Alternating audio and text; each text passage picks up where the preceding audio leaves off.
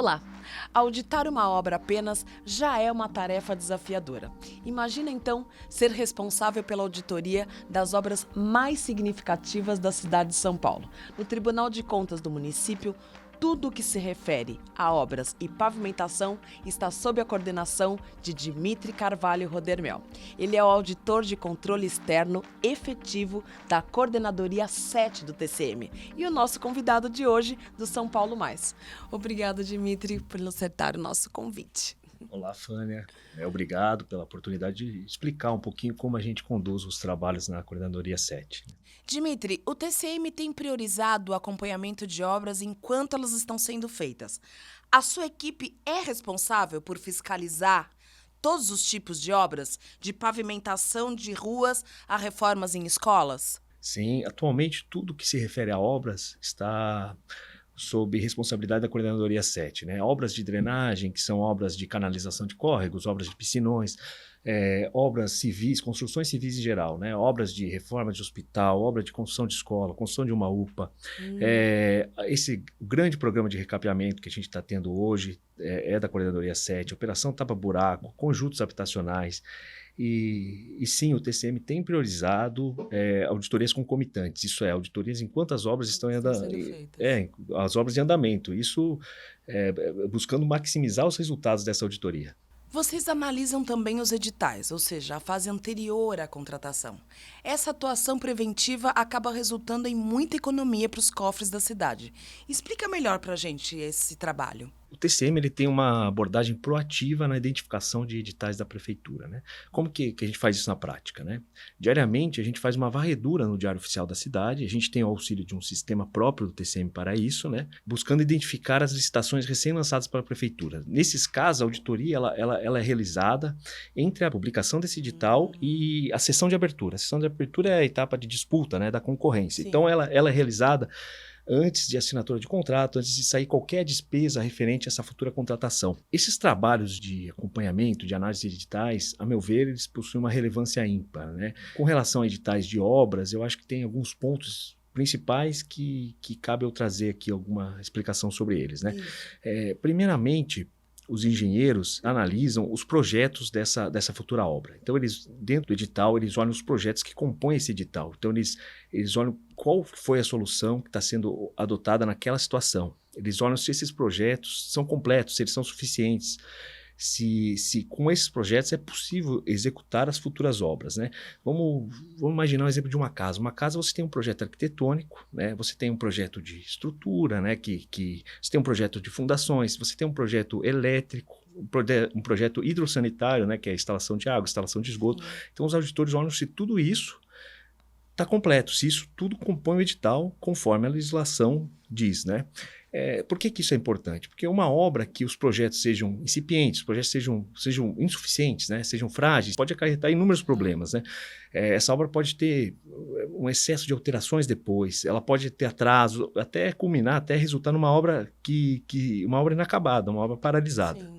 Um segundo aspecto importante dessa análise é uma análise da competitividade dessa licitação. Sim. Então, os auditores eles analisam o edital, todos os anexos, os documentos técnicos que compõem esse edital, para verificar se tem cláusulas, se tem itens que podem impedir que uma boa empresa, uma empresa que tenha qualificação para aquela obra, não consiga participar, né? Então, o TCM sempre busca que a prefeitura contrate a melhor proposta, né? Que haja uma concorrência de fato nessa licitação. E um terceiro aspecto, que responde mais especificamente a tua pergunta, é todo edital de obra, ele possui uma planilha orçamentária, né? Isso falando regra geral, né? Sim. E uma ideia da dimensão, grandes obras, essas planilhas têm 2.000 itens, né? Para você fazer um pilar, por exemplo, né? Um pilar você tem forma, você tem concreto, você tem aço, né? Então você vai ter forma, você vai ter a quantidade, né? E você vai ter o preço. Então os auditores analisam, né? Se essa quantidade que está lá nessa planilha orçamentária, ela está conversando com o projeto. Se aquilo que está no projeto está sendo considerado lá. Eles analisam também os preços referenciais, né? Como que eles fazem isso? Eles verificam se esses preços são compatíveis com o preço de mercado. Você tem inúmeras fontes referenciais, né? Você tem referência da prefeitura, você tem referência do Estado, você tem referência da União, você tem referências de de entes privados, né?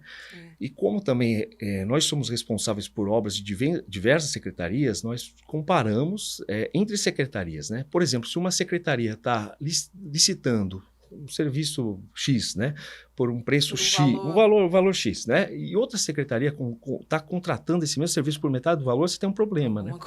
Então, a gente tem caso recente de um edital que reduziu 40 milhões, grande parte por causa dessa comparação entre secretarias, né?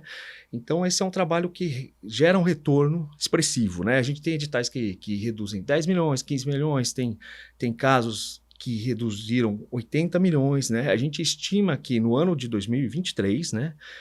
O ano de 2023 foi um ano que saiu muito editais, né? A gente estima algo em torno de 300 milhões desse tipo de trabalho, né? E durante a execução dos contratos, como vocês fazem para checar se o que foi acordado no documento está sendo realizado na prática? E quais os principais problemas que vocês costumam encontrar? A prefeitura contrata uma empresa, a prefeitura assina o contrato com essa empresa, ela designa, ela nomeia uma equipe de fiscalização para fazer a fiscalização dessa obra, né?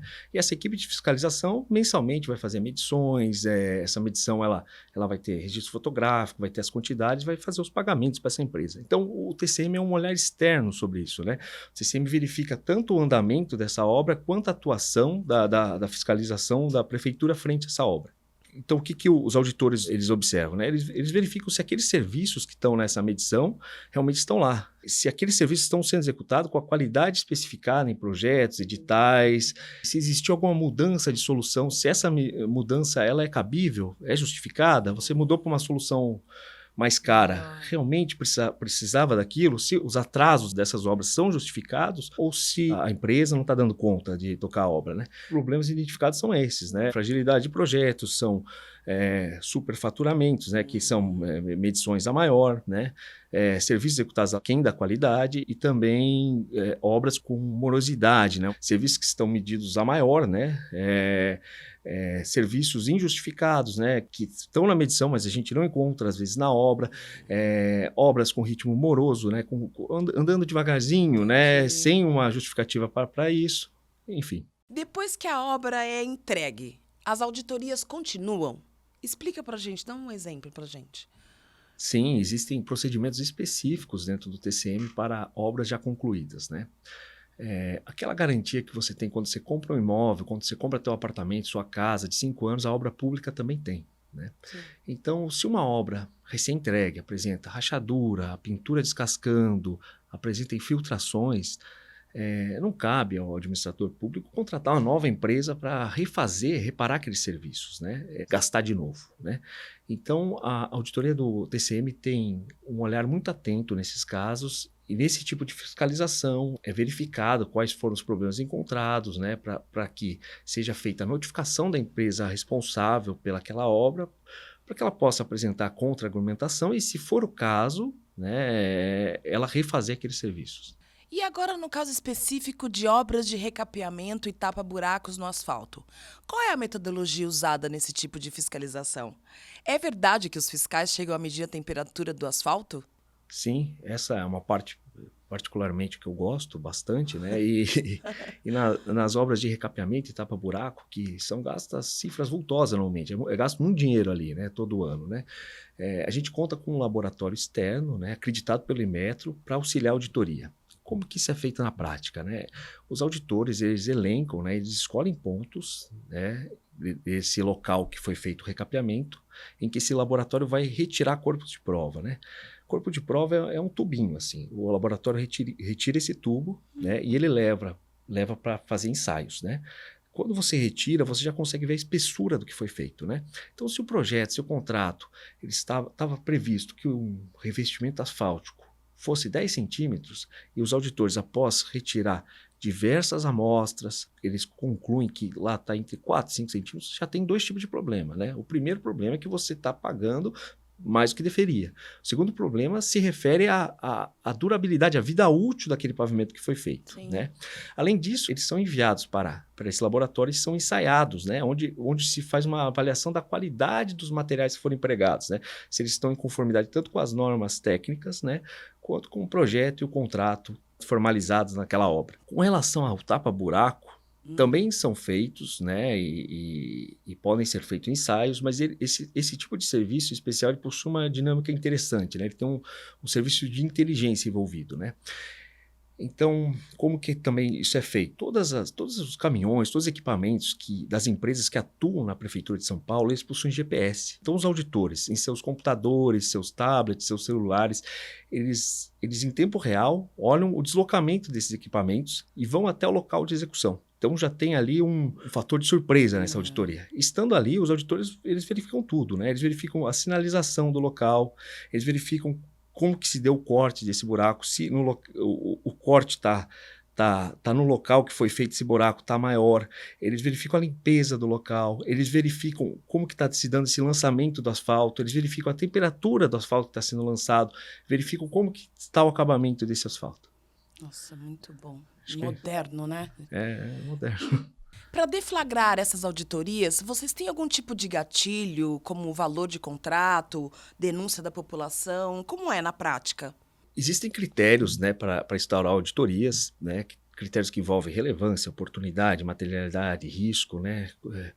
Por exemplo, né, uma obra que possui materialidade. Materialidade é uma obra de grande valor, né? Sim. É uma obra que vai causar um transtorno na cidade, né? Um equipamento público essencial, uma obra num hospital, né? Essencial para a cidade. Tudo isso é um risco, né? Além disso, a gente recebe denúncia de cidadãos, de sindicatos, associações, enfim, tem uma participação ativa da sociedade. A gente recebe também denúncias de vereadores, né, que vereadores representam perante o tribunal, né?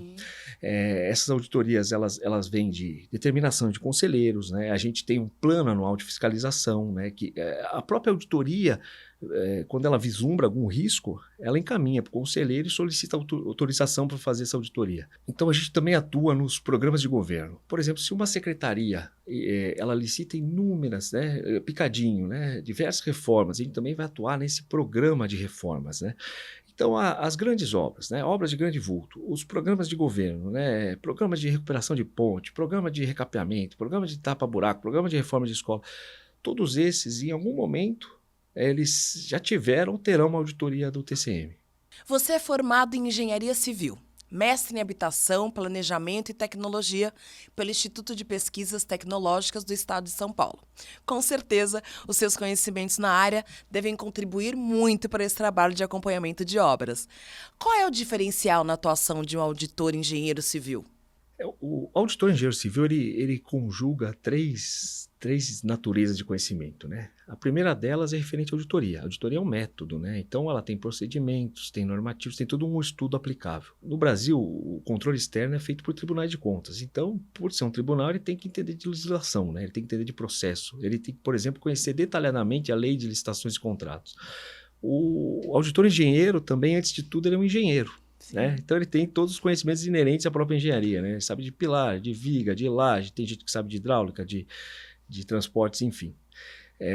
Na Coordenadoria 7, nós contamos com uma equipe que majoritariamente são engenheiros, né? Todos eles são oriundos de concurso público, todos concursados, né? A gente tem uma ampla faixa etária que trabalha lá. Nós temos 2 auditores que têm acima de 70 anos. Então, você tem na mesma área trabalhando um auditor que atua na Transamazônica com um auditor que estuda ciência de dados. E tem uma diversidade de especialidades, diversas experiências pregressas, né? Tem auditores com múltiplas faculdades. Eu tenho não só um, como 2 auditores que têm 3 formações acadêmicas, né? 3 universidades. Tudo isso nos ajuda, contribui para a gente conseguir enfrentar todos esses desafios que a cidade de São Paulo realmente. Dimitri, como toda conversa boa, o tempo passou rápido. Eu queria agradecer muito a sua entrevista, que foi muito boa, foi muito elucidativa. A gente entendeu muito do que você falou, explicou pra gente. E eu queria agradecer muito que você aceitou o nosso convite. Eu que agradeço novamente a oportunidade. Espero que tenha dado para transmitir, para que seja um pouco mais compreensível o trabalho que a gente faz lá dentro da Coordenadoria 7. Agradeço também a sua audiência e já aproveito para te convidar a assistir a nossa próxima entrevista do São Paulo Mais. Não perca!